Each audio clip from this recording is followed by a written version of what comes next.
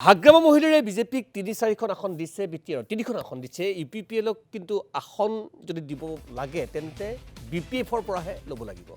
BJP ইউপিপিএলৰে এনেধৰণে অংক মিলালেও কিন্তু হাগ্ৰামা মহিলাৰে অংক মিলাব পৰা নাই নিজৰ দলতে বিশেষকৈ বিজনী গুৰেশ্বৰ টংলা বিজেপিক দিয়াৰ পক্ষত আছে ঠিকই আছে কিন্তু তামুলপুৰত বিজেপিক চকু দি দিবলৈ সকিয়নি বিপিএফৰ ইফালে টংলা সমষ্টিটো দুৰ্গা দাস বড়োৰ সমৰ্থকৰ বিদ্ৰোহ আৰম্ভ হৈছে এইদৰে নিমিলা অংকত সময় পৰিছে হাগ্ৰামা মহিলাৰী সমস্যাৰ সৃষ্টি হৈছে ওদালগুৰি সমষ্টিটো ওদালগুৰি বিধানসভা সমষ্টিৰ মূল দাবিদাৰ বিপিএফৰ বিটিচিৰ উপমুখ্য কাৰ্যবাহী ৰিহন দৈমাৰীয়ে দিছপুৰলৈ অহাৰ মন আৰু তাৰ বিপৰীতে ভৈৰৱকুণ্ড য'ত যোনটো পৰিষদীয় সমষ্টিৰ পৰা বৰ্তমান প্ৰতিনিধিত্ব কৰিছে ভৈৰৱকুণ্ডত পুত্ৰক তাৰ পৰা কোকৰাঝাৰলৈ নিৰ্বাচিত কৰাৰ মন বা যিটো মন আকৌ ৰিহন দৈমাৰী এই পলিটিকেল অংক সহজে ল'ব পৰা নাই হাগ্ৰামা মহিলাৰীয়ে মোছাদ্দিক হুছেইন মই আপোনাৰ লগত প্ৰথমতে সংযোজিত হ'ব বিচাৰিছোঁ মোছাদ্দিক কি চলি আছে বিশেষকৈ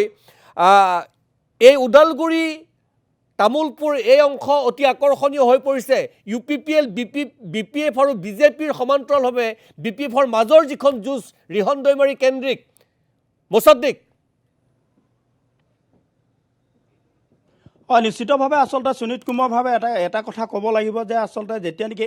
এনডিএৰ লগত সম্পূৰ্ণৰূপে আচলতে চামিল হ'ল বিপিএফ আৰু তাৰ পাছতে বিপিএফৰ যি অংক এই অংকত আচলতে জংকপংক হৈছে কাৰণ এইকাৰণেই আপোনালোকে নিশ্চয় প্ৰতিদিন টাইমত দৰ্শকসকলে দেখিছে তামুলপুৰ গোৰেশ্বৰ আৰু সমান্তৰালভাৱে টংলা যি বিধানসভা সমষ্টি এই টংলা তিনিটা বিধানসভা সমষ্টিৰ ইতিমধ্যে বিজেপিক এৰি দিয়া বুলি বিজেপিৰ আচলতে তেখেতসকলে প্ৰতিবাদ সাব্যস্ত কৰিছে আৰু সমান্তৰালভাৱে যদি যি ভেৰগাঁও পূৰ্বৰ পানেৰী সমষ্টি বৰ্তমানৰ ভেৰগাঁও সমষ্টিত বৰ্তমানৰ যিগৰাকী বিধানসভাৰ অধ্যক্ষ বিশ্বজিৎ দৈমাৰী তাত আচলতে বিধায়ক হিচাপে আছিল আৰু শেহতীয়াভাৱে সেই সমষ্টিটো যেতিয়া নেকি বিপিএফক এৰি দিয়া বুলি কোৱাৰ পিছতো বিজেপিয়ে আচলতে প্ৰতিবাদ সাব্যস্ত কৰিছে আৰু আটাইতকৈ ডাঙৰ কথা আপুনি কোৱাৰ ধৰণে আচলতে ওদালগুৰি যি বিধানসভা সমষ্টি এইবাৰ ওদালগুৰি বিধানসভা সমষ্টিত আচলতে অতি তাৎপৰ্যপূৰ্ণ হিচাপে বা যি প্ৰভাৱশালী মন্ত্ৰী প্ৰাক্তন মন্ত্ৰী ৰিহন দৈমাৰীৰ যি সমষ্টি এই সমষ্টিক লৈ বিভিন্ন ধৰণৰ আচলতে গুণাগাথা চলিছে আৰু বিশেষকৈ ক'ব লাগিব এই যিটো সমষ্টি এই সমষ্টিটো বিগত প্ৰায় 20 বছৰে তেখেতে আচলতে মন্ত্ৰী প্ৰাক্তন মন্ত্ৰী হিচাপে ৰিহন দৈমাৰীয়ে তাত সেই বিধানসভা সমষ্টিত তেখেতে আধিপত্য বা তেখেতৰ প্ৰভাৱ পেলাই আছিল কিন্তু শেহতীয়াভাৱে এইবাৰ বিশেষকৈ এই যি বিধানসভা সমষ্টিটোত আচলতে 6জনকৈ প্ৰাৰ্থীয়ে ইয়াত নাম উল্লেখ কৰি আছে 6জন প্ৰাৰ্থী ইয়াত আচলতে নাম চৰ্চিত হৈ আছে আৰু সমান্তৰালভাৱে বিপিএফৰ কেন্দ্ৰীয় সমিতিৰ সাংগঠনিক সম্পাদক বিদাও বসুমতাৰে ইতিমধ্যে তেখেতে প্ৰাৰ্থিত্ব বিচাৰি যি কাৰ্যকৰী সভাপতি আছে বিপিএফৰ যি কাৰ্যকৰী সভাপতি আছে তেখেতৰ ওচৰত তেখেতে আবেদন কৰিছে আৰু সমান্তৰালভাৱে প্ৰাক্তন বিএছচি চিফ প্ৰদীপ দৈমাৰীয়ে তেখেতেও আচলতে ইতিমধ্যে আবেদন কৰিছে আৰু ইয়াক লৈ আচলতে ইয়াত প্ৰাক্তন MCLA কাৰ্তিক বড়ো যুৱ নেতা ৰিঞ্জয়কে ধৰি প্ৰায় 6জন ৰবিনসন মুছাহাৰী বিটিচিৰ বিপিএফৰ আপোনাৰ হাগ্ৰামা মহিলাৰী ডাঙৰীয়াৰ তেখেতৰ উপদেষ্টা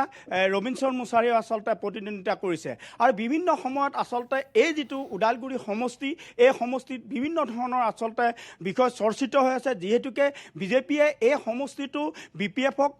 এৰি দিয়াটো প্ৰায় চূড়ান্ত হৈছে আৰু তাৰ পিছতে একাংশ বিশেষকৈ আমাৰ হাতত যি তথ্য আছে একাংশ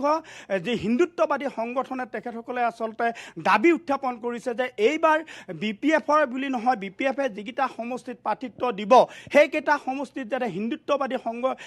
মানুহক বা প্ৰাৰ্থিত্ব প্ৰদান কৰা হয় এই হেঁচাও প্ৰয়োগ কৰা বুলি ইতিমধ্যে এটা সূত্ৰৰ প্ৰকাশ হৈছে আৰু ইয়াক লৈ যথেষ্ট আচলতে চৰ্চিত হৈছে ওদালগুৰি বিধানসভা সমষ্টি আৰু ওদালগুৰি বিধানসভা সমষ্টি আপুনি যি ধৰণে কৈছে যে ৰিহন দৈমাৰীৰ পুত্ৰক তেখেতে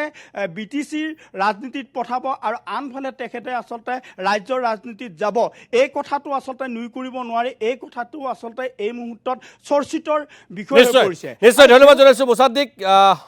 দিল্লী দিছপুৰ বা ৰাষ্ট্ৰীয় ৰাজ্যৰ দৰে পৰিষদীয় ক্ষেত্ৰতো আচলতে যিটো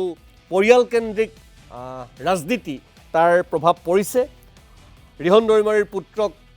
পৰিষদীয় নিৰ্বাচন বা পৰিষদ হিচাপে কৰি ৰিহন দৈমাৰী নিজে আকৌ মন্ত্ৰিত্বৰ সোৱাদ লোৱাৰ মন অৱশ্যে ইয়াত হেঙাৰ হৈ থিয় দিছে হাগ্ৰামা মহিলাৰী